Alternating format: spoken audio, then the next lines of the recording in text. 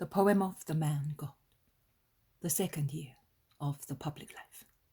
Chapter 204, Jesus to the Gentiles. Faith is built as your temples. 29th of June, 1945. In the peace of the Sabbath, Jesus rests near a flax field in bloom belonging to Lazarus. Rather than near, I should say that he is immersed in the tall flax, and sitting on the edge of a furrow, he is engrossed in thought.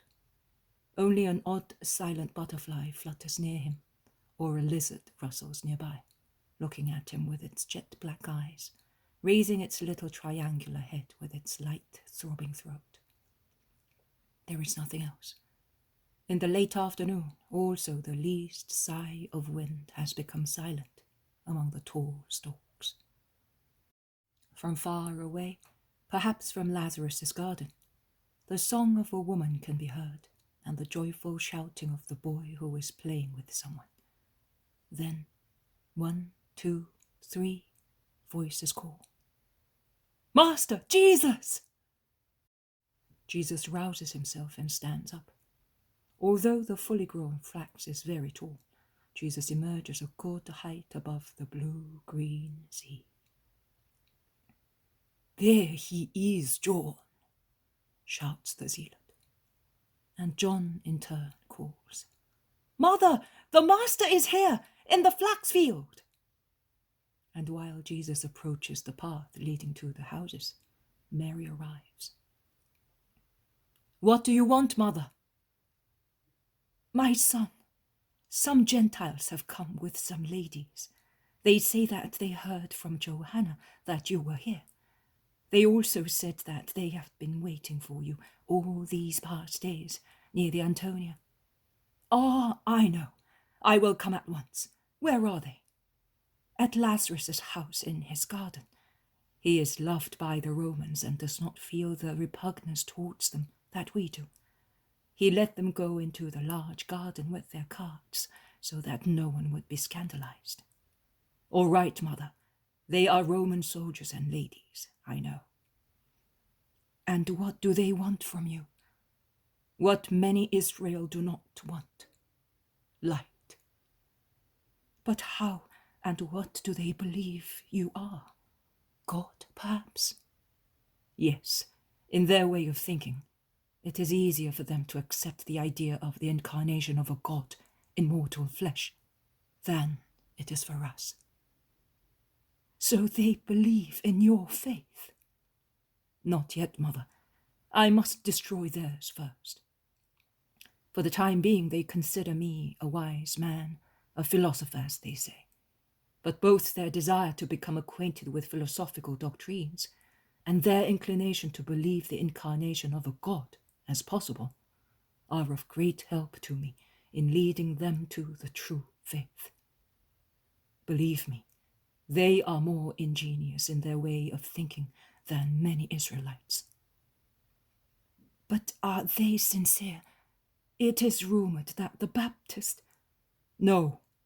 Had it been for them, John would be free and safe. Non-rebellious people are left in peace.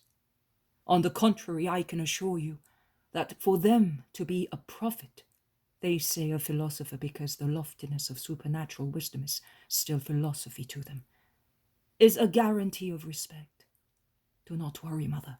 No harm will come to me from that end." "But the Pharisees, if they find out, what will they say about Lazarus also? You are you, and you are to bring the word to the world. But Lazarus, they already offend him so much." "But they cannot touch him. They know that he is protected by Rome." "I leave you, son. Here is Maximinus. He will take you to the Gentiles." And Mary, who had walked beside Jesus all the time, withdraws quickly and goes towards the zealot's house. Jesus, on the other hand, goes through a little iron door in the garden wall into a distant part of the garden, where it actually becomes an orchard and precisely near the place where Lazarus will be buried later. Lazarus also is there, but no one else. Master, I took the liberty of giving them hospitality. You did the right thing. Where are they? Over there, in the shade of the boxes and laurels. As you can see, they are at least 500 steps from the house. That is all right. May light come to you all. Hail, master, greets Quintilian, who is wearing civilian clothes. The ladies stand up to greet Jesus. There are Plautina, Valeria, and Lydia. There is also another elderly woman, but I do not know who she is or whether she is of the same rank as the others. They are all wearing very plain clothes without any sign of distinction.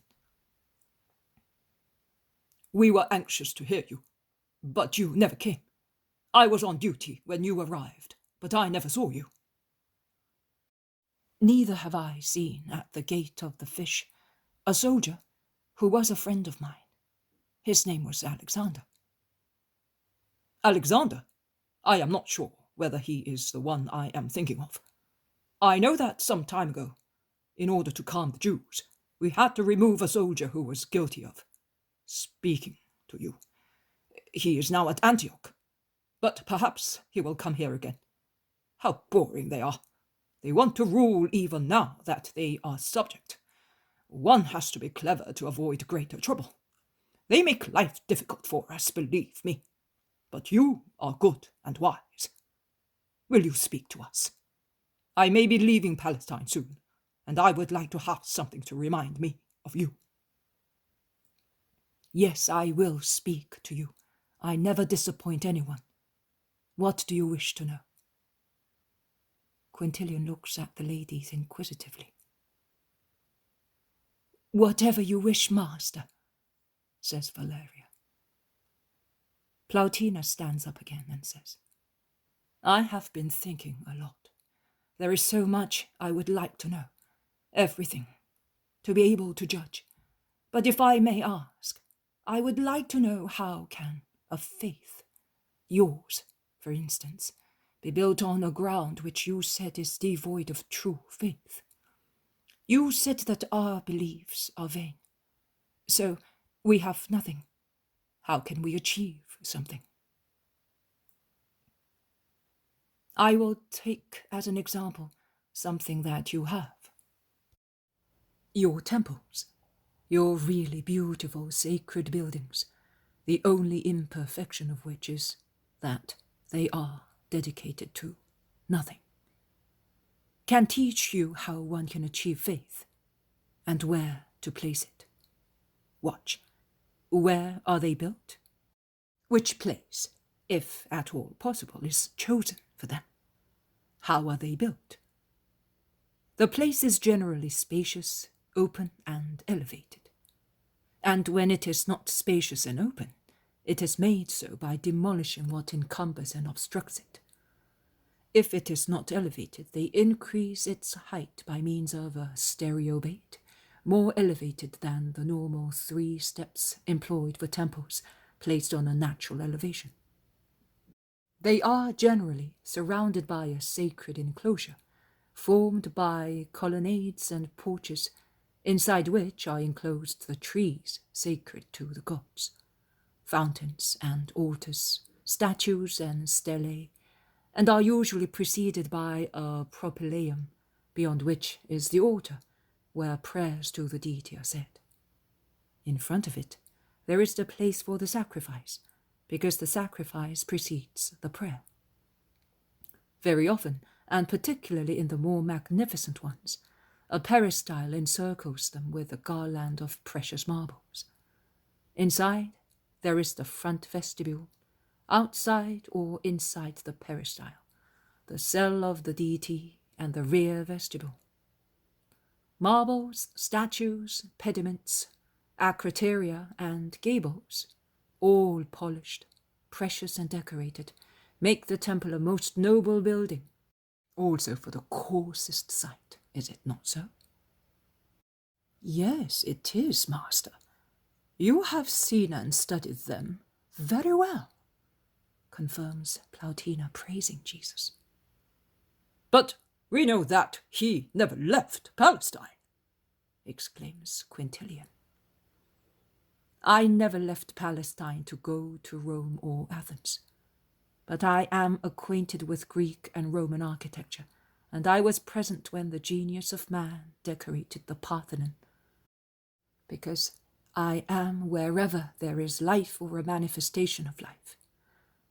Wherever a wise man meditates, a sculptor sculptures, a poet writes, a mother sings over a cradle, a man toils in fields, a doctor fights diseases, a living being breathes, an animal lives, a tree vegetates. I am there together with him, from whom I come. In the rumble of the earthquake, or in the peal of thunder, in the light of stars, or in the flood tide and ebb tide, in the flight of eagles, or in the buzzing of mosquitoes, I am there with the Most High Creator. So, you know everything, both thoughts and deeds of men? Asks Quintilian again. Yes, I do. The Romans look at one another amazed. There is a long silence. Then Valeria timidly begs. Expand on your idea, master, so that we may know what to do.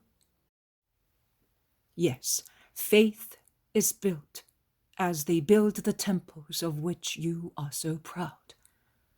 They make space for the temple. They free it from obstructions. They elevate it. But where is the temple in which one should put faith? The true deity? Asks Plautina. Faith, Plautina, is not a deity. It is a virtue. There are no deities in true faith. There is only one and true God. So he is up there in his Olympus all by himself? And what does he do if he is alone? He is self-sufficient and takes care of everything in creation. I have just told you that God is present also in the buzzing of a mosquito. He does not get bored. Do not worry. He's not a poor man, the master of an immense empire in which he feels he's hated and lives trembling with fear. He is love and lives loving. His life is continuous love. He is self-sufficient because he is infinite and most powerful. He is perfection. So numerous are the things created that live because of his continuous will, that he has no time to grow weary. Tedium is the fruit of idleness and vice. In the heaven of the true God, there is neither idleness nor vice.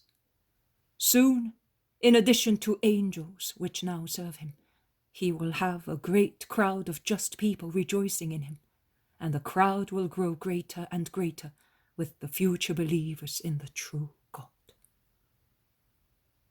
Are the angels genii? Asks Lydia. No, they are spiritual beings like God who created them. What are genii then? As you imagine them, they are falsehood. They do not exist as you imagine them. But owing to the instinctive need of men to search for the truth, you also have realized that man is not only flesh, and that there is something immortal in his perishable body. And that is the consequence of the incentive of the soul, which is alive and present also in heathens, and suffers in them, as it is disappointed in its desires, because it is famished longing for the true God, whom it remembers, in the body in which it dwells, and which is guided by a pagan mind. And the same applies to towns and nations. And thus you believe. You feel the need to believe in genii. and thus you give yourselves an individual genius, a family, a town, a national genius. You have the genius of Rome, the genius of the emperor, and you worship them as lesser deities. Come to the true faith. You will become acquainted and friendly with your angel, whom you will venerate but not worship. Only God is worshipped. You said, incentive of the soul, which is alive and present also in heathens, and suffers in them because it is disappointed. But from whom does the soul come? Asks Publius Quintilian. From God. He is the creator. But are we not born of woman through union with man? Also our gods are born thus. Your gods do not exist. They are phantoms of your mind, which needs to believe, because such need is more peremptory than the need to breathe. Also, he who says he does not believe does believe. He believes in something. The simple statement, I do not believe in God, presupposes another faith. In oneself, perhaps, or in one's proud mind. But one always believes. It is like thinking. If you say, I do not want to think, or I do not believe in God, by those two simple sentences you prove that you are thinking, that you do not want to believe in him, whom you know to exist, and that you do not want to think. With regard to man, to express the concept correctly, you must say, man, like all animals, is born through the union of male and female, but the soul, that is the thing which distinguishes the animal man from the animal brute, comes from God. He creates it as and when a man is procreated, or rather when he is conceived in a womb, and he infuses it in the body, which otherwise would be only animal. And have we got it? We pagans? According to your fellow countrymen, it would not appear to be so, says Quintilian ironically. Every man born of woman has it. But you said that sin kills it. If so, how can it be alive in us sinners? Asks Plautina. You do not sin against faith, because you believe that you are in the truth. When you become acquainted with the truth, and you persist in your error, then you will commit sin.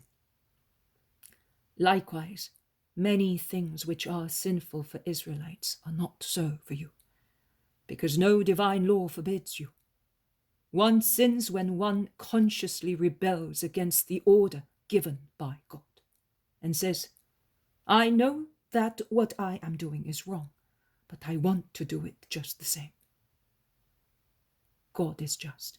He cannot punish one who does the wrong thing, thinking that he is doing the right one.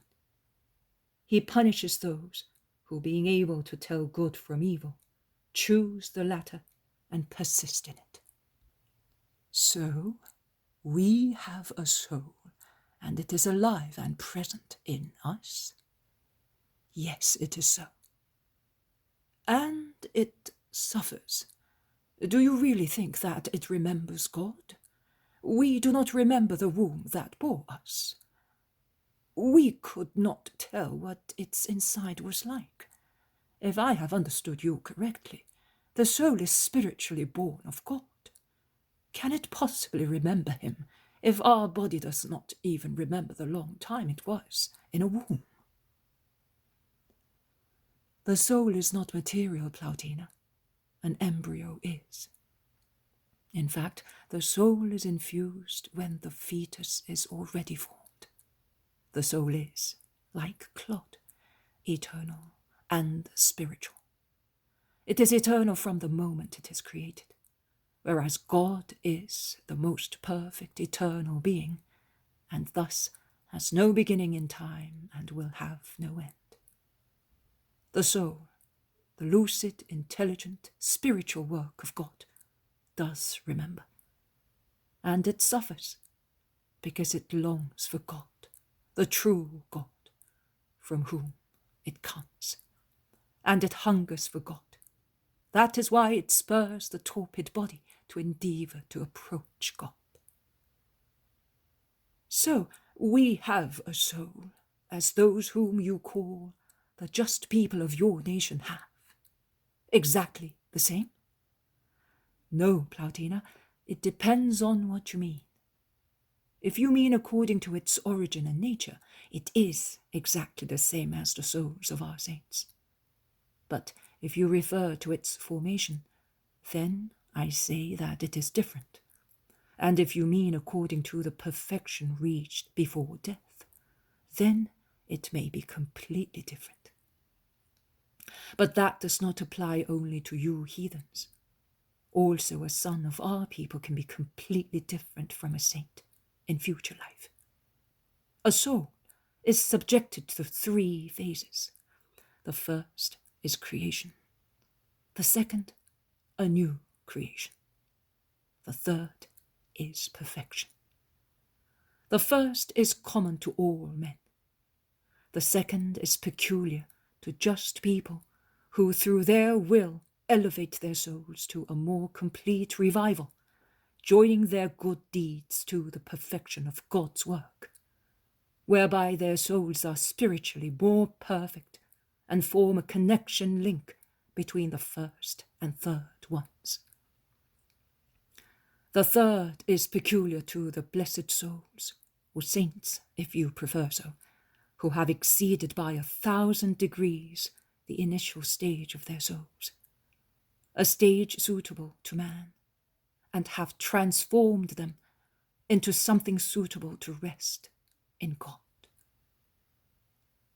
How can we make room, clearance, and elevation for our souls? By demolishing the useless things you have in your ego. Clear it of all wrong knowledge, and with the debris, make the elevation for the sovereign temple. A soul is to be carried higher and higher on the 3 steps. Oh, you Romans love symbols. Look at the 3 steps in a symbolic light. They can tell you their names: penance, patience, perseverance. Or humility, purity, justice. Or wisdom, generosity, mercy. Or finally, the splendid trinomial: faith, hope, charity. Look also at the symbol of the ornate strong enclosure which encircles the area of the temple. You must surround your soul, the queen of the body, the temple of the eternal spirit, with a barrier which may protect it without obstructing light or oppressing it with ugly sights. An enclosure which must be safe and free from the love and desire of what is inferior, flesh and blood, and must aim at what is superior, the spirit. The chisel of freedom is your willpower, which will smooth corners and remove clefts, stains and flaws in the marble of your ego, so that it may be perfect round your souls. And at the same time, the enclosure protecting the temple is to be used by you as a merciful shelter for the more unhappy people who do not know what charity is. The porches, they are the effusion of love, of piety, of your desire that more people may come to God, and are like the loving arms stretched like a veil over the cradle of an orphan. And beyond the enclosure, the most beautiful and most scented trees are a homage to the Creator. The trees, planted on a soil previously barren and subsequently cultivated, symbolizes all kinds of virtues and form the second living flowery enclosure around the sanctuary. And among the trees, that is, among the virtues, there are the fountains, a further effusion of love, and another purification before approaching the propylaeum, near which one must sacrifice one's carnality, and repudiate all forms of lust before ascending the altar. And then you may proceed further to the altar and lay your offer on it, and finally, crossing the vestibule, you may approach the cell where God is. And what will the cell be like? Abundance of spiritual wealth, because you can never adorn God too much. Have you understood? You asked me how faith is built. I said to you, following the method employed to build temples. You can see that it is true. Is there anything else you wish to ask me? No, Master. I think that Flavia has written what you said. Claudia wants to know. Have you written everything? I have written everything most accurately, replies the woman, handing over the waxed tablets.